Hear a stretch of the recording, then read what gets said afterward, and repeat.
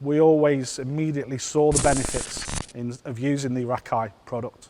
But also looking at the area itself, is that a problematic area? Is the data we're getting from RackEye, because we get the really good data from the KPI reporting, we get regular alerts through the SMS messages, so we're always doing spot checks on the racking. If problematic areas arise, we're doing things about it, so we're talking to the guys and asking for ideas on why certain areas are causing us a problem or having more alerts than others. And sometimes it's just about layout, so looking at how things are laid out, positions of racks and locations, space availability.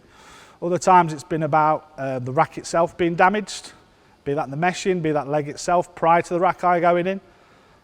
So again, we've actioned that, and that's had a massive impact. So we talked earlier about the data from the RackEye information. So we've used the events and the triggers and the data we get from RackEye to generate our own, let's say, heat map of the areas in question. So it's made it really evident and was really clear to us in terms of the problematic areas we had with the RackEye instances we were having. So going from pretty much a sea of red, which was not down to bad driving, raised other issues about sort of space, what's in that area, the traffic that's going through that area. Really looked at our warehouse design and racking design, as well as driver behaviour and driver training, to where we are now, where we're down significantly in terms of reduction in terms of our problematic areas. We've saw overall a 75% reduction in RackEye impacts over the 6 months that we've been running the initial pilot.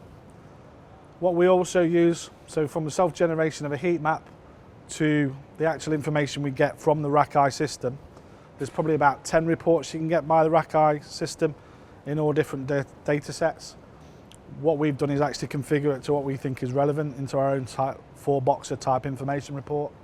So it really communicates well to the lads the downward trend that we're experiencing, but also getting them to look at the specific areas where we are generating most of those impacts. So that information correlates back to the heat map, so it's easy to identify still the areas that we need to do the work on to improve.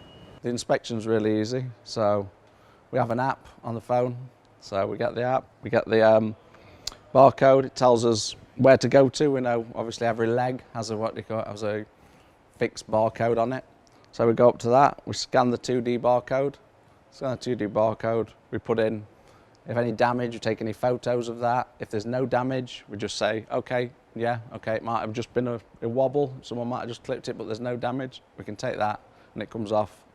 The maintenance of the racking is far easier now than it ever used to be. Yeah.